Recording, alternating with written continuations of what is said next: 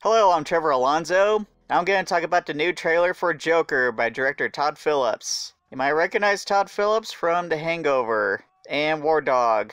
Yeah, he directed those movies. They're comedies, and now he's going into kind of a dramatic horror comedy movie. First off, this is going to be a movie without Batman. And what DC is doing is they're going to be making Elseworld movies. If you're not familiar with the Elseworld comics, they're sort of like Marvel's What If one-shots. Except some of the Elseworld comics got crazy, then again some of the What If comics got crazy. I remember an Elseworld comic where it was what if the Joker was a vampire, and then they made a second one was what if the Joker was a vampire and he bit Batman. And of course these comics are not connected to regular comics that were going on. This movie is not supposed to be connected to other movies, but DC's also kind of doing that with their current movies. And I'm sort of wondering if this will be connected at all to another Batman movie later down the line, if they'll have Walking Phoenix, if they'll make a second one, or since this is supposed to be set in the 80s, but when you watch the trailer, it looks like early 80s, possibly late 70s, so I'm just gonna go with early 80s. And the next Batman movie is rumored to be set in the 90s, so I'm wondering if they're going to connect the two. They haven't officially said if Jared Leto's no longer the Joker, but there's a lot of hints. More than likely he's not going to be in another Batman movie or another DC movie.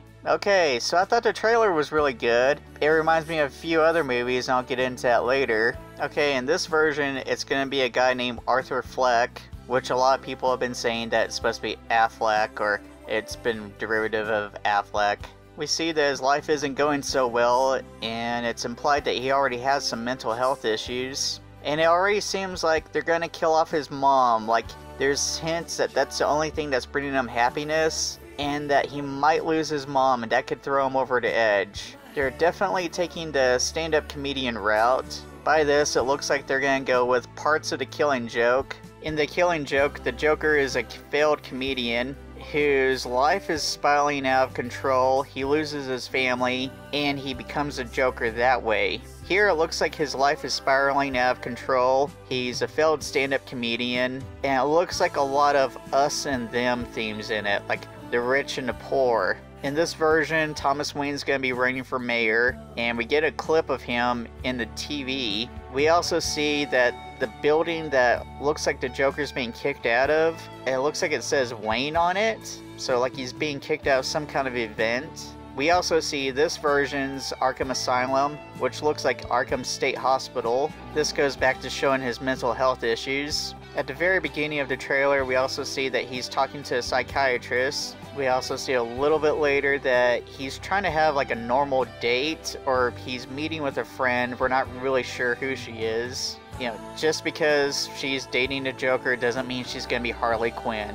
You know, it could be someone else that he loses, and it also throws him into spiraling out of control in this movie. This movie looks more like a character study and a crime drama than a normal superhero movie. You know, we're definitely getting hints of him like losing it, which is really good because that's what the Joker is. Granted, we don't ever see this exact interpretation of the Joker in comics, other than a lot of hints of The Killing Joke. Right now it's rumored that the kid that he pushes a smile onto is a young Bruce Wayne, and that it's like behind the gates of Wayne Manor. We do know that they casted Bruce Wayne, and we know it's a kid.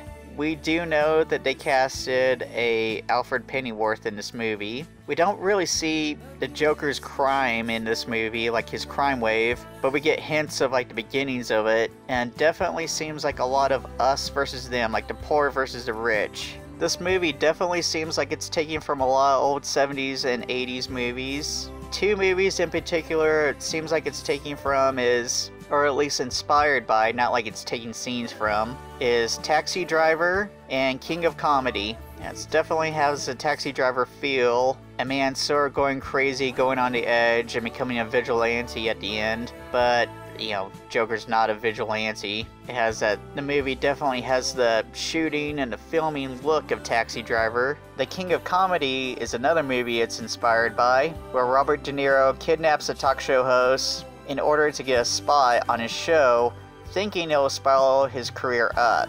Another way it looks like it's inspired by King of Comedy is Robert De Niro's in it. Robert De Niro starred in King of Comedy. It looks like Robert De Niro is going to be playing the type of role that Jerry Lewis played in King of Comedy, where he was the talk show host and he was kidnapped by Robert De Niro. So it kind of looks like a role reversal. I know I said inspired by a lot of 70s and 80s movies, but it definitely looks like he watched a lot of Martin Scorsese for this. In fact, Martin Scorsese is supposed to be a producer on this movie, which definitely gives that type of feel to it. Not only does it seem inspired by these movies, but it seems like the general feel of like grimy 80s, very late 70s feel to it. And it seems like this is supposed to be New York, or it looks close to New York, but they definitely say Gotham City in the trailer. Hopefully they stick to their R rating, because I hate to see this trailer and then down the road they're like PG-13, when they've been saying for a while that they want this to be R. This is going to be R.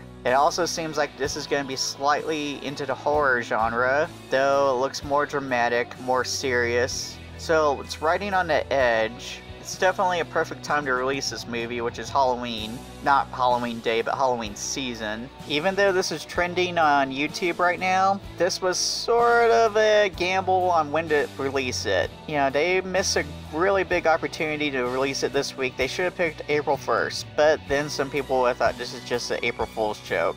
And the trailer was fake, so I see why they didn't release it on April Fool's Day. You know, if we look at the calendar here, you know, April Fool's, Joker, advertising writes itself that way, April Fool's. But I can really see not releasing it that day, and I can see that an executive was like, okay, we got Shazam coming out Friday. We need a trailer that's very safe to be released right before this movie. Because if you notice, the trailer isn't really violent, but it is very grimy, a very grimy feel to it. So I'm definitely sure they're going to play this before Shazam. But also this week, we got the Avengers. You know, we all know the tickets were going to go on sale on the 2nd. And usually when a movie releases ticket sales, they release either a new poster or a new thing, or like the toys go on sale, whatever. And then most of the time there's a new trailer. So you have the hype of the Avengers the day before they released a trailer for the Joker. And it seemed like bad timing at first, because I looked on my phone and I see a lot of Avengers stuff, and then all of a sudden I see a poster for Joker and it says trailer tomorrow. And it's like, ooh, this seems like bad timing.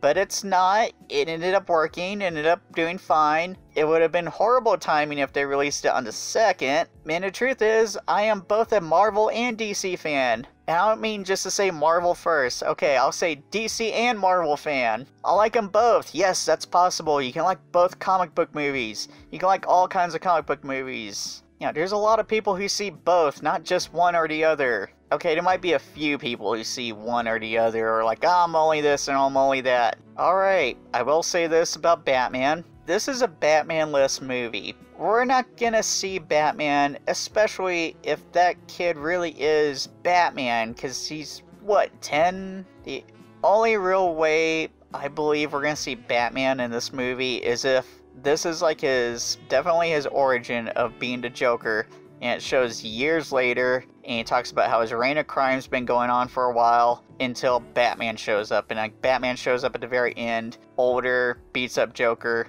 and they kind of bring it to an end where it's like years later and he gets beaten by Batman. Then again, they could do the whole Thomas Wayne becomes Batman thing. You know, that's happened in the comics too. But with the Thomas Wayne they have for this movie, I don't think we're going to get that. I don't think we're going to see him as Batman. You know, maybe we will see it. I don't know. I know Jeffrey D. Morgan was slightly set to be Batman if they did a Flashpoint movie. They were definitely in talks for it. It was sort of set up with Zack Snyder, but it doesn't look like that's going to happen. There's no telling what they're going to do with the Flash movie at this point. No point, pun intended. Alright, so this definitely looks good. It looks cool. I'm definitely going to go see it. Hopefully it's really good. I'm a big Batman fan. Alright, tell me what you thought. What you think of the trailer. How they're going this way. If you think they're going to put Batman in it more, or if they're going to do some other stuff with it, or if you think later down the road they're going to have Batman fighting this version of the Joker, Joaquin Phoenix Joker, let me know in the comments section. Thank you for watching my video.